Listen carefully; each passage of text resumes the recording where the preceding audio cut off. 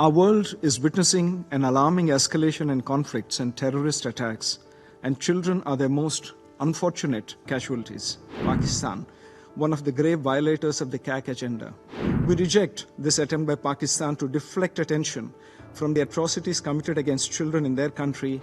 The world has not forgotten the savage targeted attacks by Pakistani and Pakistani-trained terrorists, killing 26 tourists in India and Pahalgam, Jammu and Kashmir. India had undertaken non-escalatory, proportionate and focused attacks that targeted 9 terrorist infrastructure sites on the 7th of May 2025 in response through Operation Sindoor. The terrorists killed in these attacks were given state funerals by Pakistan, and yet they try to preach to others.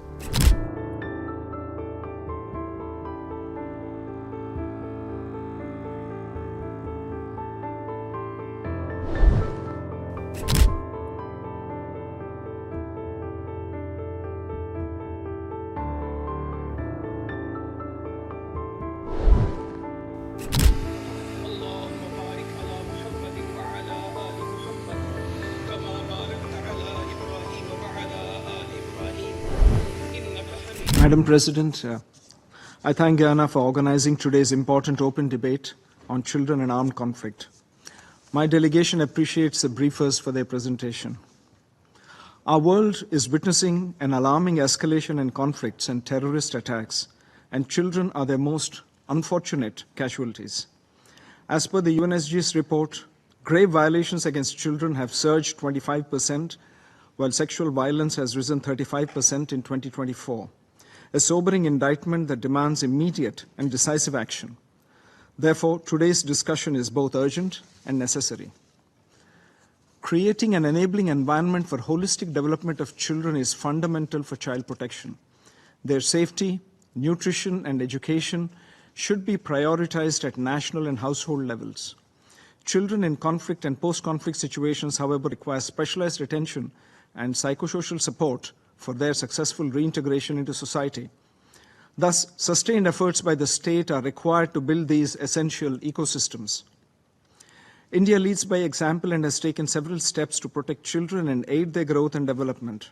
India established the National Commission for Protection of Child Rights in 2007 to ensure that all laws, policies, programs, and administrative systems conform to the vision of the rights of the child as enunciated in the Constitution of India as well as the United Nations Convention on the Rights of the Child.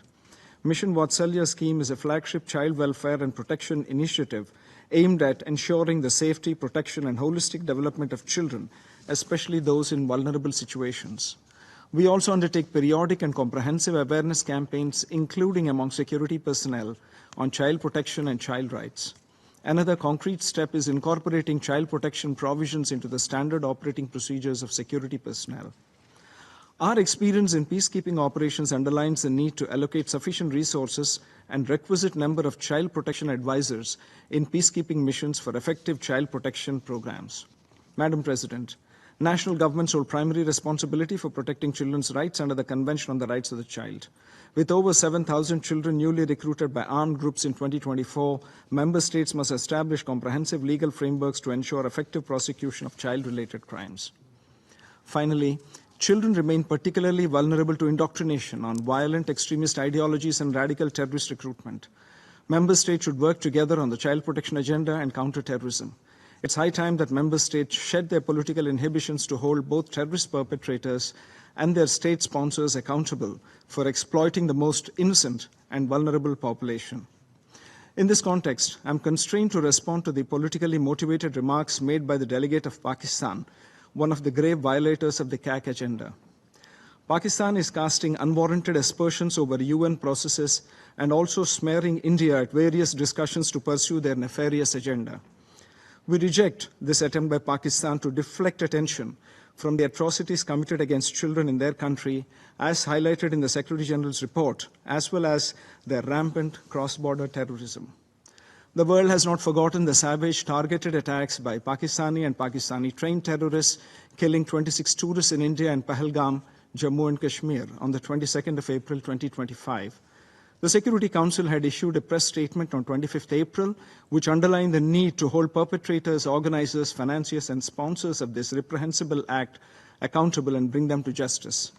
India had undertaken non-escalatory, proportionate, and focused attacks that targeted 9 terrorist infrastructure sites on the 7th of May 2025 in response through Operation Sindoor. The terrorists killed in these attacks were given state funerals by Pakistan, and yet they try to preach to others. The Secretary General's report on CAC provides details of serious violations against children in armed conflict in Pakistan.